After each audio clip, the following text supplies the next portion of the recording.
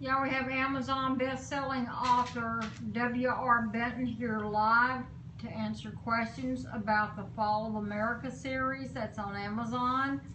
I appreciate you coming in. We're just waiting for other people to come in to speak to author R Benton. He is a best-selling author as well as an Amazon best-selling author. He has served in the Air Force almost 27 years. He was a life support and he taught survival for 12 years out of 27, and we're waiting here for questions. While we're waiting for other people to start coming in and asking questions, I'm going to zoom in on the books that we have. You can find Fall of America, #1, which is Premonition of Death. Fall of America 2, which is Fatal Encounters. And Fall 3, which is The Enemy Within, and Fall 4 is being worked on. Is there anything that you'd like to discuss in the series till we get any questions, Mr. Benton? No. This particular series, I got really interested in it when our economy started going to shambles and our credit rating as a nation dropped. I started seeing where outside countries owned our nation more than we did. We're borrowing money we could never pay back, trillions of dollars in debt. Children unborn yet, still, they're being born inheriting a debt for our nation. That's not right. So as I started looking into the books and researching some information about what could cause the fall of America, one of the things that caught my eye was we've borrowed money from Russia, from China, from just about anybody that has extra cash. And there's going to come a day when we'll owe more money than we're capable of paying back. And I suspect what will happen then is financial collapse. Financial collapse is going to be a terrible thing to happen to this nation. If you stop and think about it, if a collapse occurs, the store shelves will be sold out, but there'll be no money to get gas for the delivery trucks to bring more. Eventually the police will quit working, first responders will quit working, hospital staff will walk out of hospitals, patients will be left in hospitals to make do or die. I foresee a time when pharmacies will no longer be open.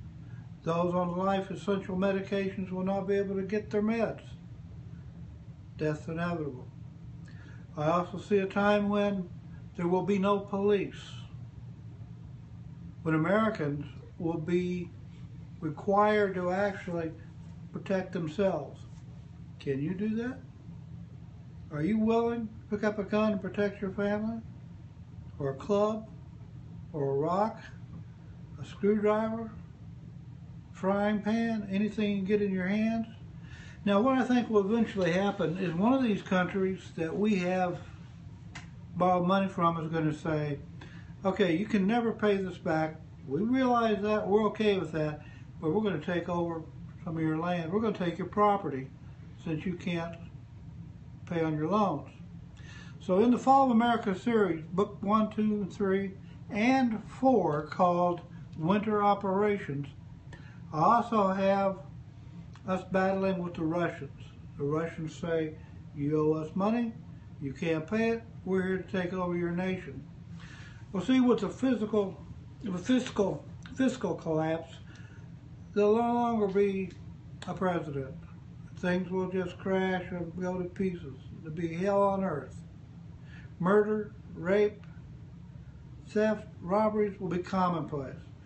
So I foresee people gathering together that share like interests, or maybe just for the basic need of survival, in little tribes, little groups, little villages, if you will.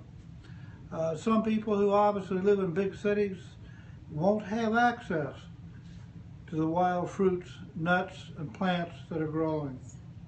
Now, one thing to remember about all of this is there's an exception to everything. So what I'm writing here is just fiction. And I hope this never comes to pass.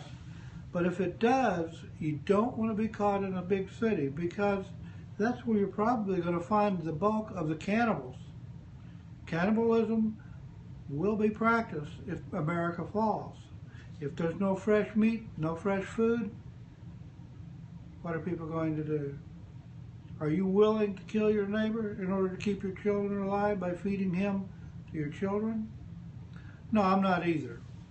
So those who live in the country will have an option. They'll be able to hunt deer, wild game of any sort, small game like rabbits and squirrels, enough to get the protein that they need to stay alive. In this series, each one of them has a different plot, and I've tried to show it from both perspectives. The Russian soldier who is here serving doesn't want to be assigned here.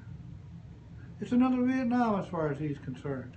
He has no business here.